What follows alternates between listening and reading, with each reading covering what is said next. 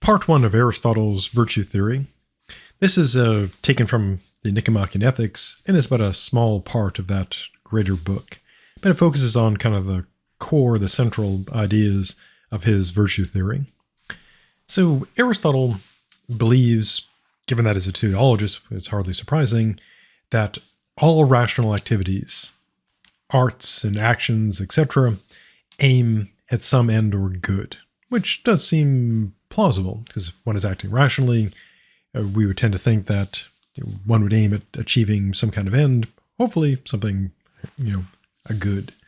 So what is good on his account? Well, in a way, this might be seen as a bit circular, since if everything acts, towards the good, he defines good as that which all things aim, so it might be seen as a bit circular.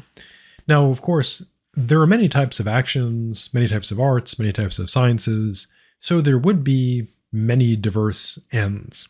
In the case of medical science, the goal would be health, and presumably today, profits. In the case of military science, the end would be victory. In the case of economic science, which increasingly tends to dominate everything, the goal is wealth. And Aristotle notes correctly that when we talk about our activities, some have ends that we want for their own sake, and there are also those, of course, that we want for the sake of all of these other ends. So essentially what he's saying is there are some things that we want as a means to other things, they're means to ends, and there are some things that we want of themselves. So for example, a person might initially go into YouTube because they like the hobby they're doing and want to share with other people. Then, of course, they might start seeing it as a means to an end of monetizing it and making money. And of course, these things can change. And he seems to be right. There are some things, that we want for possibly their own sake, and other things that are purely instrumental, means to ends. He advances a argument that involves both a regress and what's called the reductio ad absurdum. In the philosophy business, we have regress arguments. And the idea essentially is that the idea being that if something regresses to infinity, it's like impossible. For example, if someone, take the example of like a circular regress, if someone says the classic, in order to get a job, you have to have experience. And in order to have experience, you must have a job. And of course, if that were true, you'd be caught in a circular regress. You would need a job to get experience to get a job. You could never do it. In the case of an infinite regress, the idea is that, roughly put, the first step requires a second step, requires a third step, requires a fourth step, and so on. For example, if in order to get a form for financial aid, you had to fill out a form for requesting that form for financial aid, and then you had to fill out a form to get that form, and for every form there's another form, you would get your financial aid never. So infinite regresses are bad. But you can combine these with a reductio ad absurdum, because if you can show that something leads to a circular infinite regress, which seemingly is impossible, you can say that's absurd. Therefore, there must be something to stop the regress, supposedly. So his argument is this. What he's trying to prove is that we do not choose everything for the sake of something else. In our intrinsic-extrinsic talk, he essentially is saying that there must be something with intrinsic value, because otherwise, if everything is intrinsic, then there'd be problems. So what is the problem? Well, he mentions an infinite progression, an infinite regress. So for example, if you are creating YouTube videos to make money, you're creating money to buy stuff, you're buying stuff to do something else, then the question would always be, if there's always something else that you're doing it for, it would seem to be pointless and ineffectual. You would never achieve your goal. Now, one possible conclusion would be to say, well, life is pointless.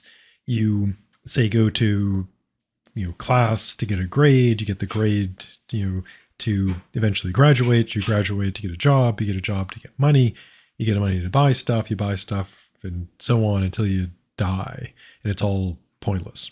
But Aristotle not wishing to fall into the pointlessness, his inference instead is that there must be some ultimate end, making everything have point. This, he claims, it must be the good, the supreme good, for which we do everything else. Now, it's a decent argument, but of course can be countered, so it might all be pointless. Not surprisingly, he believes we need to know the good in order to properly conduct our lives, because using an analogy, of course, we're more likely to achieve our aim if we have a target. So far he thinks he's established that there is an ultimate supreme good for which we do everything else. So what is this supreme good? He goes with an intuitive response, which is happiness. And it has that in its favor. That if you ask people, going back to the example of why do you go to class? Well, I go to class to get a grade. Why do you get a grade? Well, I want to graduate. Why do you want to graduate? Well, I want to get a job. Why do you want a job? Well, I want to get money. Why do you want to get money? Well, survive. What else? Be happy. And if you ask people enough, kind of happiness will often be kind of the end goal. And Aristotle takes this view as well. The highest of all practical goods is happiness. And of course, in Aristotle's time and our time, people disagree about happiness. Some people see it as something kind of obvious, like pleasure. Happiness is pleasure. Or today, happiness is money or fame. And of course, depending on what you lack, a person will tend to think that what would solve their lack is happiness. So if someone is sick, their thought would be being healthy would make them happy. If they're poor, people would think that money is happiness. And so, or if people are craving, fame would be happiness. There are those, of course, who claim that above particular goods like health, money, fame, there's another good in and of itself, the cause of the goodness of all others, the supreme good. Now, to explore this, Aristotle considers three types of life, and he throws in a bonus fourth one that he dismisses pretty quickly. And these are the life of pleasure, which would take pleasure to be the highest good. There's the political life, which Aristotle takes to have basically honor, or in modern terms, probably the closest thing would be fame. And third, the philosophical life. Now, given that Aristotle is a philosopher, you're probably not surprised to find out that, spoilers, it's the philosophical life for him as the highest life. So he does, to be fair and balanced, he does go through these options and considers arguments for and against them. And one thing that philosophers do that often annoys and confuses people is that philosophers do tend, of a certain approach, tend to consider opposing views and give them the best case they can make to avoid begging questions. And this is often confusing because out in, say, the wild and the real world, you generally won't see, say, advertisers honestly, assessing their competition, presenting their virtues and vices, or likewise with politicians. You generally will rarely see a politician discussing, good reasons to vote for the person they're running against and giving a fair and rational assessment. But philosophers tend to do that. In fact, we're supposed to do that. So he considers first the life of pleasure. And on this view, the highest good would be happiness, and happiness is defined as pleasure. That's a very straightforward approach and does have a certain appeal because, pleasure good. And people often regard pleasure as happiness as pleasure. Now, Aristotle is kind of a philosophical elitist, shockingly enough, and he says that the masses, and most vulgar, take the good to be happiness or pleasure. And in kind of an insulting approach, he does say that the many, the masses, ask for nothing better than a life of enjoyment.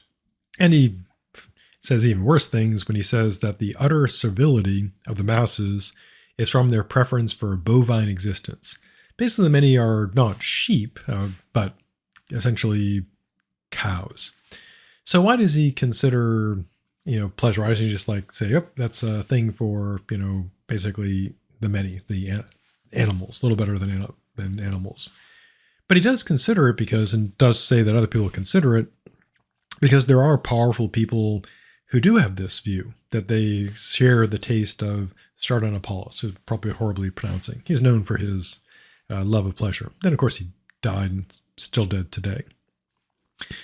Now, shockingly enough, given that, pretty harsh criticism, he rejects pleasure as being not happiness. Now, he doesn't say pleasure is bad, that you should, avoid it, but it's not happiness. Why? Well, he gives the following reasons. First, to mistake pleasure for happiness is to prefer a life suitable for beasts instead of what is appropriate to humans. So his criticism essentially is based on the idea that there's a life suitable for humans, a life suitable for beasts, and humans should aim for that higher life. We'll see this return in the future when we talk about our good dead friend John Stuart Mill. Mill does define happiness as pleasure in the absence of pain, and of course he was aware of these ancient arguments against it, and he spends quite a bit of effort trying to address this problem, that if you make pleasure the highest good, it seems to cast people as swine. Aristotle's second argument is this.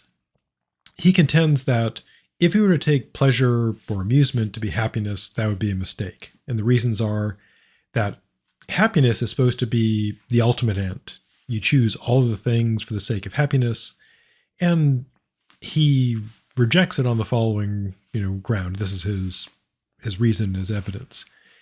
To exert yourself and work for the sake of amusement or pleasure to that degree, to make it your highest end, seems silly and childish. So essentially it's the silly, childish argument that again, he doesn't say the pleasure is bad, but to make that the supreme end is just silly. So he's willing to say that it's part of happiness, but it's not the entirety of happiness. So pleasure happiness includes pleasure, but is not itself limited to pleasure. So he tosses aside the bovine life of the life of pleasure. Moving on to the life of honor. So he focuses here kind of showing his upper class, leanings, because he presents essentially, the life of the many seeking pleasure like cows, the life of the political, and the life of the philosophers. Like there's only, he does throw in a fourth one. So he claims that cultured people identify the good with honor. This is not, quite accurate, but today we talk about, we generally don't talk a lot about honor today, but we talk more about, say, fame or status or standing, kind of similar. He says that honor, is not the good. Why not? Well, here's how he reasons. He says this is something that's too superficial. And the problem with it is that honor, like fame, depends mostly on those who confer it than the receiver. I mean, you think of fame, and true, people can try to do things to become famous. Many people, go onto YouTube and TikTok and Instagram and so forth, and whatever new things are coming out. And they do their best to try to achieve, views and likes and subscribes and so forth. But of course, that depends mostly on the audience, because one could have, say, incredibly good content, unlike what you're viewing now, but still have little or no success. And someone could, of course, have what would be considered, pretty awful content, but yet get a lot of attention, a lot of fame, famous for being famous. So Aristotle thinks that is the highest good shouldn't be so superficial, shouldn't be so dependent on others. Why? Well, he assumes that the good is something proper to its possessor, and it's not something that can easily be taken from them. But of course, fame can be snatched away today by the vagaries of the algorithm. We just take, for whatever reason, it shifts, and now the YouTube channel is not getting any, not getting put up in the, I don't want to say front page, whatever YouTube calls where it displays videos, putting them in for you to look at, or gets into the feed on Facebook. Or, people's, the particular fad could go out of phase. one day everyone's doing the Macarena, the next day it's forgotten for something else. One day there's a pod tide thing going on, next day is something else, and whatever's going on. Also for Aristotle, he claims the reason why people seek honor, or in our case, fame, etc., is to convince themselves of their own goodness, that they are good. So he infers from all this, goodness is superior to honor. So happiness is not honor. Then he considers adding in like another option, like I guess in a sense, this will be like 5 options because we'll have the sort of bonus life. Maybe it's justice. So perhaps it's the case that it's justice rather than honor that is the end pursued in public life. But he says this is deficient because this could be compatible with being asleep or a life of inactivity. It's also, he references, referencing the Ring of Gyges, which we'll look at in the future, it's compatible to be just with suffering terribly. To use a biblical example, think of the story of Job, which some scholars suggest is based on the Ring of Gyges story, where you have Job, he's doing great, everything's wonderful, and Satan makes a bet with God, and all kinds of terrible things happens to Job. But Job remains righteous and faithful, even though he's suffering terribly. Now, in the happy ending version, of course, Job gets everything back, multiplied over, which basically sends a lesson, hey, be good because you'll get all kinds of stuff. And there are those who contend there was a harsher original version where Job gets nothing. And the moral of that story is to stick with your principles, your ethics, your faith, even if you don't get rewarded for it, which is a harsher lesson. So he essentially calls out Socrates here by saying, no one would call such a life of justice with suffering happy unless they were defending a paradox. So he's being rather critical of position taken by Socrates. So as far as this is concerned now, pleasure is good, but not the good. It's not happiness. Honor, also a good, but not the good. Justice, not the good, but a good. Then he brings up the 4th life, or maybe a 5th, depending if you count like justice. He considers the life of wealth, basically, the merchant life, making money, which would be considered today probably the highest life.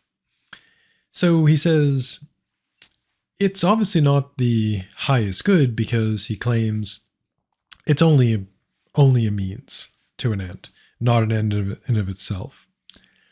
And he says that the earlier things, pleasure, honor, etc., would be more likely ends than wealth because they're appreciated on their own account, but they're inadequate. These are all failed. And he basically references saying others have published attacks on these, so those are flawed. So he ends up rejecting essentially pleasure, honor, justice, and wealth. So what he's going to do now is, since he's dismissed the main competitors, he's going to look at what remains. And again, as we saw, philosophy. So he asked the question, what is the good for man? It's got to be the ultimate end or object of human life. It's got to be in and of itself completely satisfying. And once again, he reaches the idea, it's happiness. But he still has the question, what is this happiness? So he then brings up a second argument for the good, which kind of, reestablishes what he's already argued for, and he argues like this. He says that the good appears to vary with the action, art, or sciences. As he said before, the good of each one is for the sake of everything else that is done, like in medicine, it's health, and strategy, victory, for architecture, it's building, and in every action and pursuit, it is the end, since it is for the sake of this that everything else is done. If there is one thing that is the end of all actions, it'll be the practical good or goods, if more than one. And then he says, thus the arguments reach the same conclusion as before, which is there is an ultimate good. So second argument for the same thing. So what is this going to be?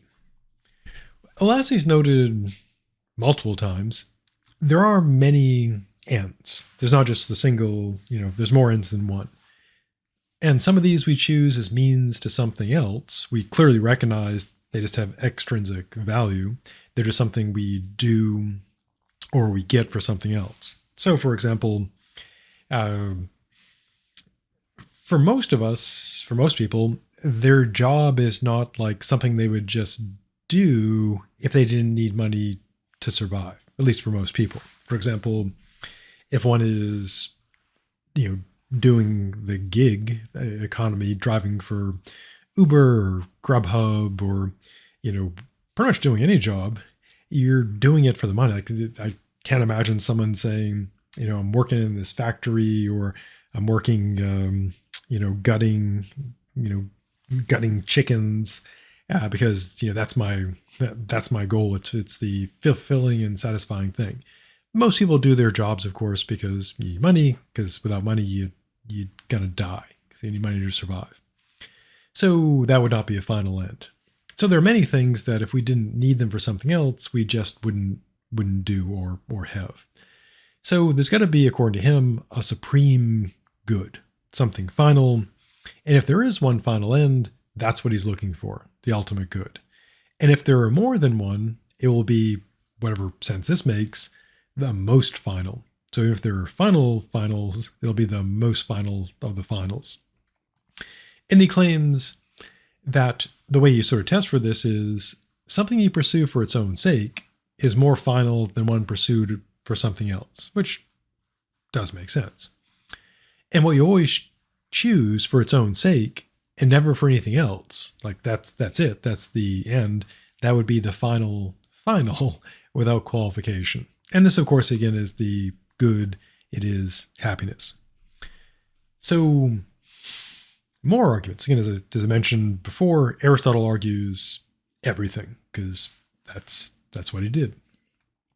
So one argument he gives for happiness as the final end is what can be called the choice argument. That happiness is such an end meets that condition because we choose it for itself and not for other reasons. So if we take things like the other goods or ends, like honor, pleasure, intelligence, and other good qualities, if we can develop them, we would choose them partially for themselves, but also as means towards the end of happiness. So, at least according to Aristotle, true, we would choose these things to develop them and other qualities, but they're also a means to an end. And he says that in the case of happiness, we don't choose happiness for the sake of these qualities. We choose happiness for happiness. I mean, it makes sense for someone to say, I went and got a different job in order to make myself happy. That would make sense. But if someone were to say, I made myself happy, therefore to enable myself to be able to go get another job. Now, we could imagine someone saying, I made myself appear more happy, so I could get another job, or I convinced myself, that everything is not terrible to get another job. But beyond to say that a person made themselves happy, and that was the means by which they got the job, as opposed to, the person saying, it would make sense for a person to say, oh yes, once I got this new job that's much better, I was happier. That would make sense. Now, that's not a decisive argument, but shows its appeal. The second argument is the self-sufficiency argument for happiness as the final end. He claims, which can be debated, that the perfect good is self-sufficient. Now, Aristotle believed, contrary to the later thinkers like Thomas Hobbes, or Tommy Hobbes as maybe someone called him, that humans by nature are social. And that was a major assumption for Aristotle. And so a life for him would include parents, wife, children, friends, fellow citizens, etc. And so when he says the perfect good is self-sufficient, he means in the context of all that social stuff. He does, however, note that there's got to be a limit here, because if you'll be off one of those infinite regresses. So if you extend it to grandparents, grandchildren, friends of friends, it will proceed to infinity. So he has a pretty broad scope, but not like infinitely broad. And for him, a self-sufficient thing is one which, by itself, makes life desirable and is in no way deficient. And he claims that happiness fulfills this condition. That if you had, perfect happiness in, given the way he says, like, again, it's not just like happiness would be like a thing you would have in your hand or in your, in a vault or something. Or if you had this state of happiness with, all the social stuff, etc., you wouldn't be lacking anything in terms of like perfect happiness. The third argument for it is the most desirable argument, which goes like this. He claims that happiness is the most desirable of all things. It's not seen as just one thing among many, one end or one goal. How does he support this? Well, he claims if it was but one among many, happiness would be made more desirable by the addition of even the least good. So happiness plus like a bag of chips would be better than happiness. Because, of course, the addition would make the sum of goods greater.